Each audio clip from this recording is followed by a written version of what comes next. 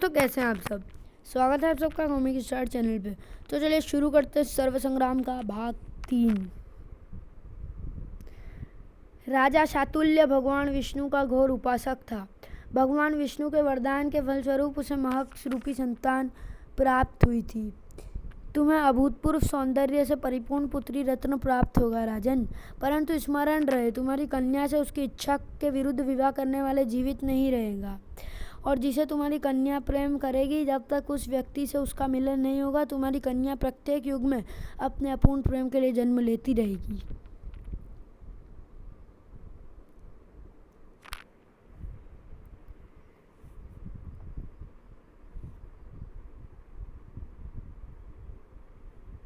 परंतु शातुल्य नहीं जानता था कि वो तो सिर्फ एक मोहरा है, समय की बिसात पर स्वयं त्रिदेव द्वारा चला गया मोहरा। भगवान विष्णु ने लीला कुछ ऐसी दिखाई कि शातुल्य स्वयंवर में नागदेव को आमंत्रित करना भूल गया, और फिर नारद मुनि में नागदेव को इस स्वयंवर के बारे में भड़का दिया। नतीजतन ब्रह्मा से अमरत्व प्राप्त नागदेव के कोप का भाजन स्वयंवर में उपस्थित सभी वीरों को बनना पड़ा।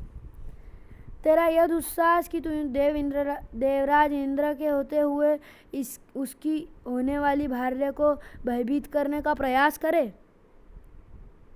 मृत्यु को ना ललकाले मूर्खो, मेरे समक्ष तुम्हारी अवस्था सिंह के समक्ष सियार के समान है। संपूर्ण ब्रह्मांड के वीर जिससे जीत नहीं पाते, अक्सर ऐसी महारथी किसी के प्रेम में अपना सर्वस्व हार बैठते हैं। नागदेव के साथ भी यही हुआ। देवताओं और असुरों को तो धरा की धूल चटा दी, पर महक के हृदय की कठोर धरती पर अपने प्रेम के पुष्प खिलाने की कला उसे नहीं आती थी। मेरे पिता का अपमान करके मुझे मेरे स्वयंवर से हर कर लाया है तू नीच, और मुझसे विवाह का प्रस्ताव रख रहा है। घृणा करते हैं हम तुझसे। तुम केवल और केवल मेरी ही हो राजकुमारी। मेरे प्रेम की गहराई का एहसास तुम्हें आज भले ही ना हो, परंतु एक दिन अवश्य होगा। भयभीत ना हो। हमारे प्रेम उद्दंड सही, परंतु अपवित्र नहीं है। जब तक तुम स्वयं हमसे विवाह के लिए अपनी स्वीकृति नहीं देती, तुम्हें स्पर्श भी नहीं करेंगे हम। प्रेम यदि सच्चा हो तो प्यार करने वाले उस पर पाने के लिए भगवान से भी लड़ बैठते हैं। नागदेव का प्रेम भी सच्चा था। शेषनाग और स्वयं भगवान विष्णु से टकरा गया वह। हट छोड़ दो नाग सम्राट नागदेव। राजकुमारी महक तुम्हारी कदापि नहीं हो सकती। महक तो मेरे रोम रोम में बसी हुई है शेषनाग, जिसे तेरे स्वामी विष्णु भी मुझसे पृथक नहीं कर सकते। भगवान विष्णु पर नागदेव की शक्तियों का जोर नहीं चला तो प्रेम पर भी भगवान का जोर नहीं चलता। नागदेव को उसका प्यार नहीं दे सकते थे तो श्राप दे दिया भगवान विष्णु ने। हम तुम्हें श्राप देकर नागलोक से निष्कासित करते हैं नागदेव। तुम्हारी समस्त नाग शक्तियाँ इसी क्षण लोप हो जाएगी। तुम अपना अमर जीवन एक तपस्वी के रूप में मृत्युलोक में बिताओगे, और तब से त्रेता युग के काल के अंतिम छोर तक नागदेव तिलस्म शक्ति धारक महातपस्वी तिलस्मी के रूप में विद्यमान होगे।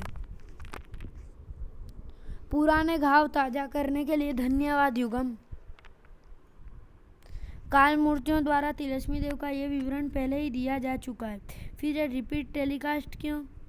आप पश्चात काल वालों ने धरती पर कुछ ही ढंग की चीज़ों का सृजन किया है, जिनमें से एक है फिल्में। इस मौके पर मुझे एक डायलॉग याद आ रहा है। कहते हैं कि अगर सच्चे दिल से किसी चीज़ को चाहो तो सारी कायनात तुम्हें उससे मिलाने में जुट जाती है। नागदेव और महक की एक तरफा प्रेम कहानी यही ख़त्म नहीं हुई है। पिक्चर अभी बाकी है मेरे दोस्त। यह बावला यहाँ बैठे बैठे फिल्में देखता है। शर्त लगा लो इसकी फेवरेट फिल्म शोले होगी। पूरा गब्बर लगता है यह। नागदेव को उसके अपराध का दंड मिल गया, लेकिन उसका उद्दंड प्रेम अपना काम कर चुका था। जिस प्रेम अगन में नागदेव का सर्वस्व जलाकर खाक कर दिया, उसी की दाह महक के हृदय को झुलसाने लगी थी। उफ, यह क्या हो गया हमें। क्यों प्रतिपल हमारे हृदय में उस निकृष्ट नागदेव का विचार आता है। क्यों जब भी हम दर्पण देखते हैं वहाँ अपने चेहरे की जगह उसका प्रतिबिंब पाते हैं। सुना है प्यार युगम से भी बड़ी बला है। राजकन्या को भी प्रेम दीवाना बना देता है।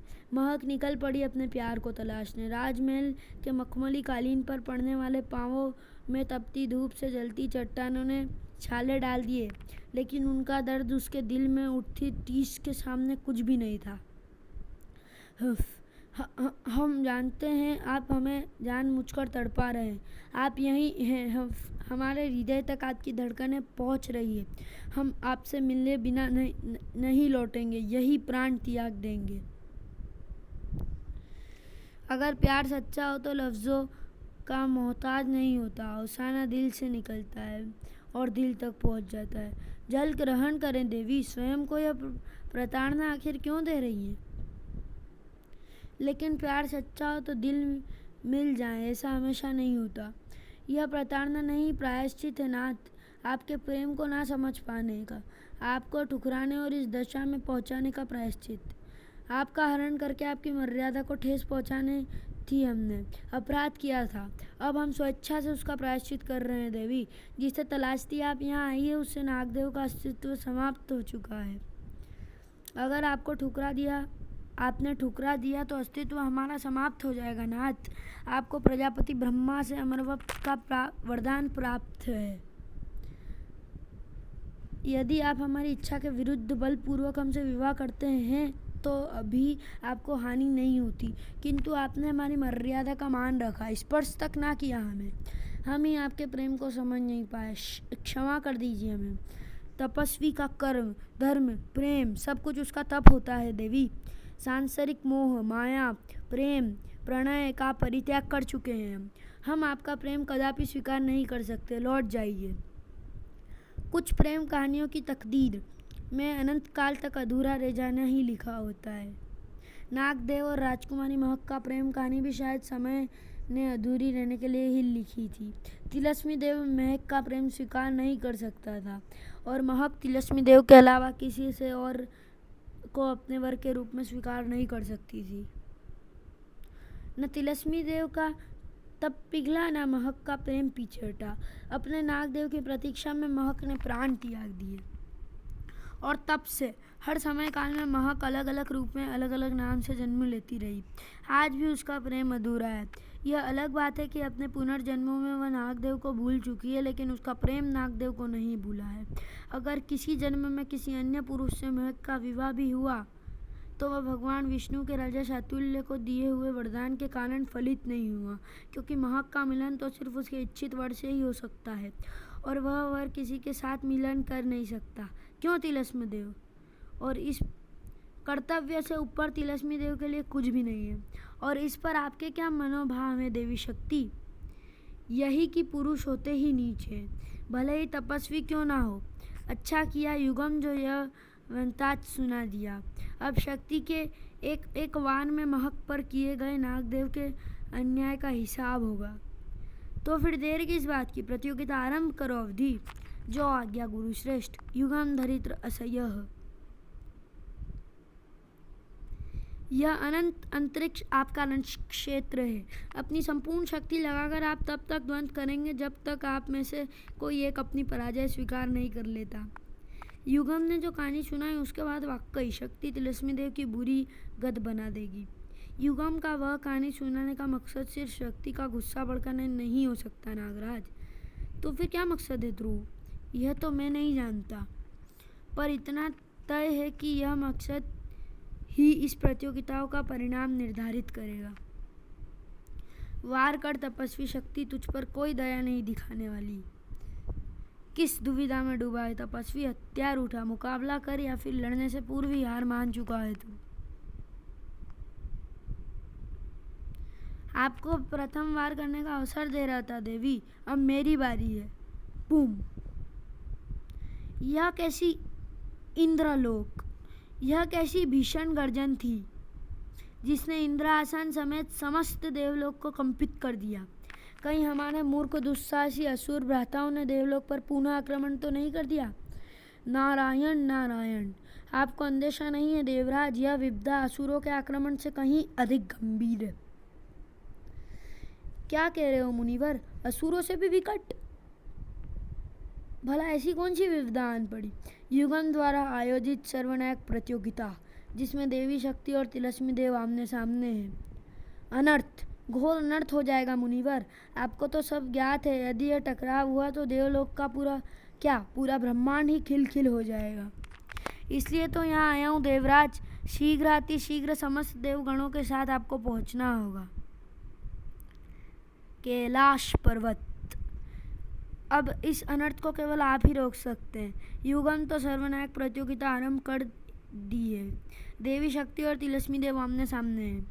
जहाँ देवी शक्ति माता पार्वती के रौद्र काली रूप की सामाहिक है, वहीं तिलस्मी देव स्वयं आपके यानी महादेव शिव की शक्तियों के धारक हैं। त्रेता युग में आपकी आज्ञा अनुसार हम देवताओं ने तो मात्र उन्हें उन सुप्त शक्तियों का बोध कराया था। शिव और आदि शक्ति का टकराव तो संपूर्ण ब्रह्मांड को भस्म कर सकता है महादेव। अब आप ही इस टकराव को रोक सकते हैं। जो हो रहा है यह विधि का विधान है देवराज। तिलस्मी देव की अपनी वास्तविक पहचान और शक्तियों से अनभिज्ञता अब तक बहुत महत्वपूर्ण थी, किंतु अब शिव और शक्ति का टकराव तो होकर रहेगा। परिणाम चाहे जो भी हो, महाकाली के रौद्र रूप के सामने क्षण भर भी नहीं टिकेगा तू तपस्वी।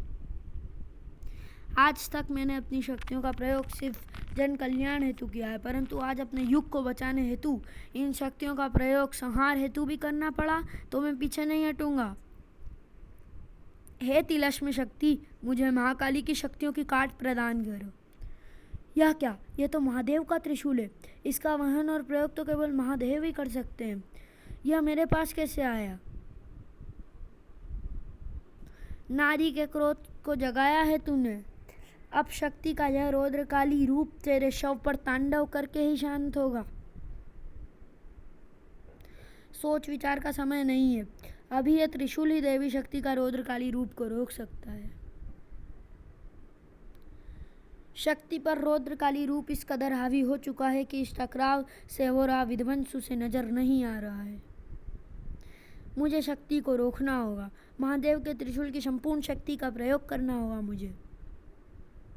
शक्ति और तिलस्मी देव के भीषण टकराव से पूरा कालरण कांप रहा है। इस टकराव से कैलाश पर्वत भी कांप रहा है।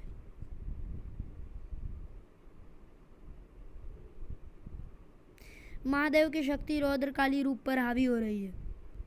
युगम धरित्र यह शक्ति और तिलस्मी देव को उनकी ताप ऊर्जा ने इस प्रकार घोर लिया है कि दोनों नजर ही नहीं आ रहे हैं।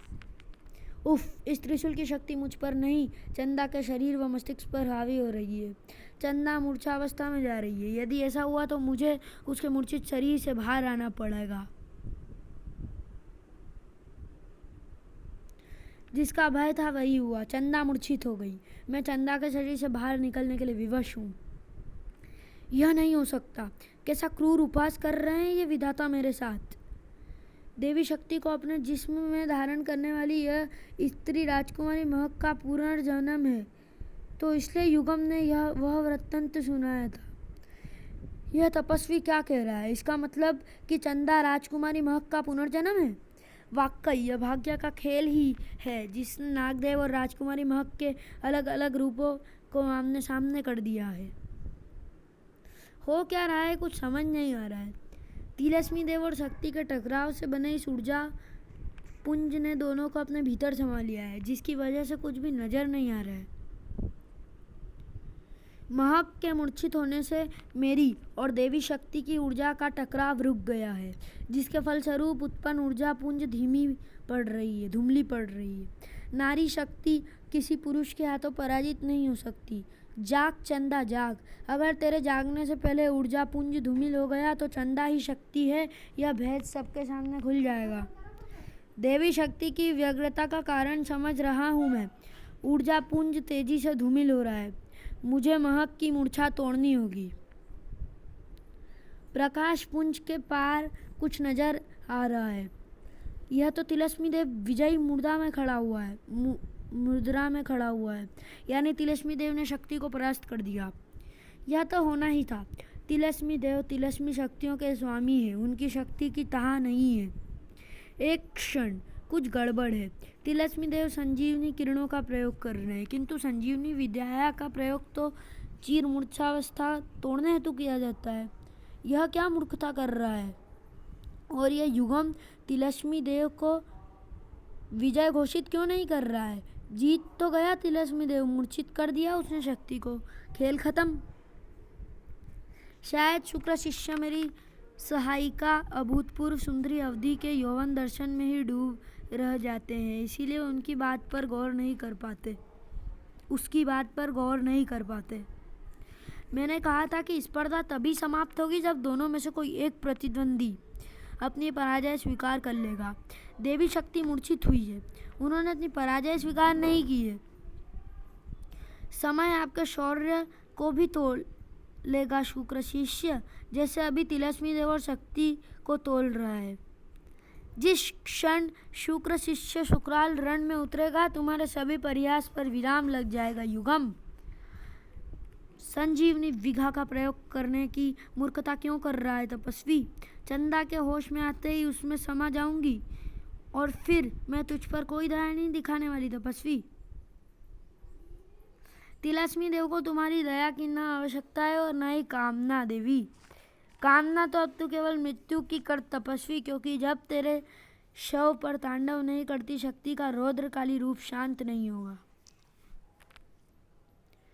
यदि मैं महक को उसकी मूर्छावस्था से नहीं निकालता तो देवी शक्ति का रहस्य पूर्व काल और पश्चात काल के सभी नायकों पर उजागर हो जाता, और मैं यह भी जानता था कि महक के शरीर में पुनः प्रवेश करती ही देवी शक्ति अपना रौद्र शक्ति रूप धारण कर लेगी। एक बार पुनः टकराव से स्थिति दोबारा विकट हो रही है। महादेव और आदि शक्ति के टकराव से ब्रह्मांड प्रलय का खतरा उत्पन्न हो रहा है।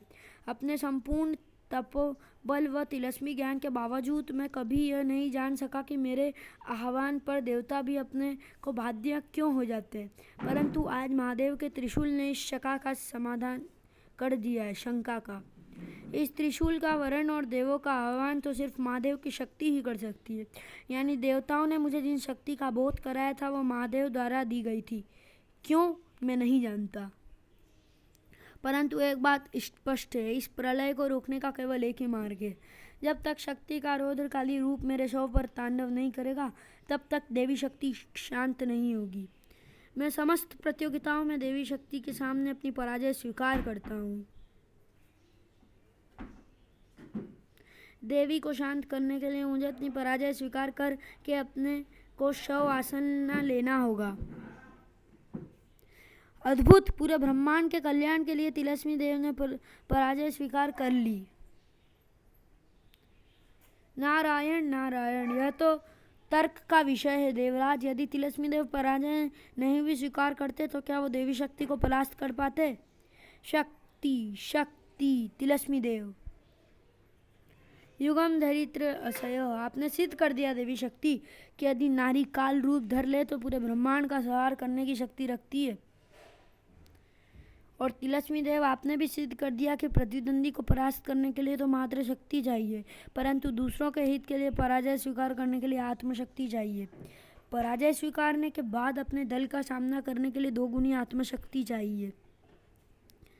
चूँकि तिलस्मी देव ने केवल इस स्पर्धा में ही नहीं बल्कि पूरी प्रतियोगिता में ही पराजय स्वीकार कर ली है, इसके फलस्वरूप देवी शक्ति यह प्रतियोगिता जीत गई है और पश्चात काल टीम 0 के मुकाबले 2 से आगे हो गई है। परंतु चूंकि तिलस्मी देव ने सभी प्रतियोगिताओं में भाग लेने से पूर्व ही पराजय स्वीकार कर ली, वे दंड के प्रतिभागी है। द्वंद्व का परिणाम तभी निकलता है जब 2 प्रतिद्वंदी एक दूसरे का मुकाबला करें और एक दूसरे को परास्त करें। यानी हमें फिर से प्रतियोगिताओं का मुकाबला करना होगा, परंतु मैं अपनी पराजय स्वीकार कर चुका हूँ युगम।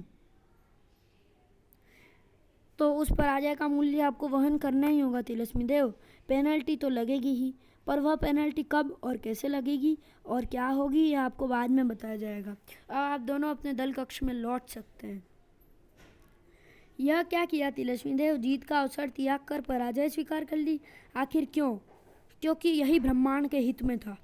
जो घटित हो चुका है उस पर वाद विवाद निरर्थक है। अगला प्रतिभागी कौन जाएगा?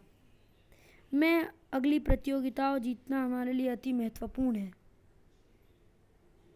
मैं अगली प्रतियोगिताओं जीतना हमारे लिए अति महत्वपूर्ण है। शाकल्य और श्लाघ के अतिरिक्त मुझे किसी पर विश्वास नहीं है। मुझे आज्ञा दो दलनायक। द्वंद्व जीतने के लिए शक्ति के साथ साथ रणनीति भी आवश्यक है। महागुरु शुक्राचार्य के शिष्य में शक्ति और रणनीति दोनों का ही समागम है। आपकी क्या राय है साथियों? अब तक ये महोदय यहाँ बैठे बैठे दूसरों की भरतासना ही करते आए हैं। समय आ चुका है कि अपने दम को सिद्ध करके दिखाएं। तो चलिए दोस्तों, वीडियो को यहीं ख़त्म करते हैं और मिलते हैं अगले वीडियो में, अगले भाग में। तब तक के लिए गुड बाय।